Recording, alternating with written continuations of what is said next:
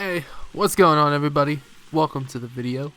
Thank you for clicking on it. I appreciate that so much. Today I want to talk to you about a little game that you might have heard. It's called Sea of Thieves. This game is free on the Xbox Game Pass.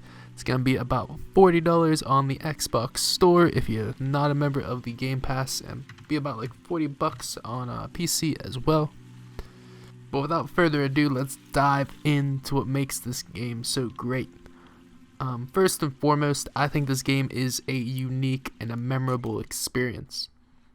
In the world that you're going to be playing in, you're going to be sailing the seas, going from island to island, coming back to an outpost to grab your quests, your missions, and turn in all the loot that you got. And it's really the other players that you're going to find out in the seas that are going to make this world so unique. You never really know what's gonna happen. You have an expectation logging into the server. Hey, maybe I'm gonna do these voyages, maybe I'm gonna do that voyage, maybe I'm gonna do this fortress, maybe I'm just gonna sail around, try to do some PvP, try to steal some loot off of other players. But no matter what you have in mind that you're gonna do within the game, something always goes awry, something always happens that throws you off your plans, and that's what makes the game so exciting and so fresh. It's far from a cookie cutter game, far from an experience that you're gonna know day in and day out what you're gonna get yourself into. Like I said, it's the other players that are sailing the seas that make this a really enjoyable time. You never know what you're gonna find. I mean, they could steal your ship and you might have to go get it back from them. You might run into some of the random events that are in the game, the Krakens, the Megalodons, the pirate ships that you see, also sailing on the seas. See, the world here that's presented in this game is really unique and probably the staple of the whole thing. Some people complain that it's a little, lacking of content, too much of the same content, but I think it's really the other players that you're going to be experiencing the world with, whether they be pirates from another crew, whether they be people on your own crew. They're going to really make the experience for you. This is really a game that's meant to be played multiplayer. Now, you can go and solo it and still have an enjoyable time, but I really recommend, if you're just getting into the game, that you play with some other people and hope to run into some other pirates. Whether you have a good experience or a bad experience with them, you're probably going to have fun regardless. This isn't really a game that's focused on getting all the loot that you can and making all the money that you can. While it is a little bit like that, it's also about the fun of the kind of experience that you're going to be having with other people within the game. As far as the PvE and PvP content goes, I think there's plenty of stuff for you to do. There's plenty of levels within the different kind of factions that are in the game that you can level up. And as you get a higher level with each of these factions, you're going to be getting harder missions to go on.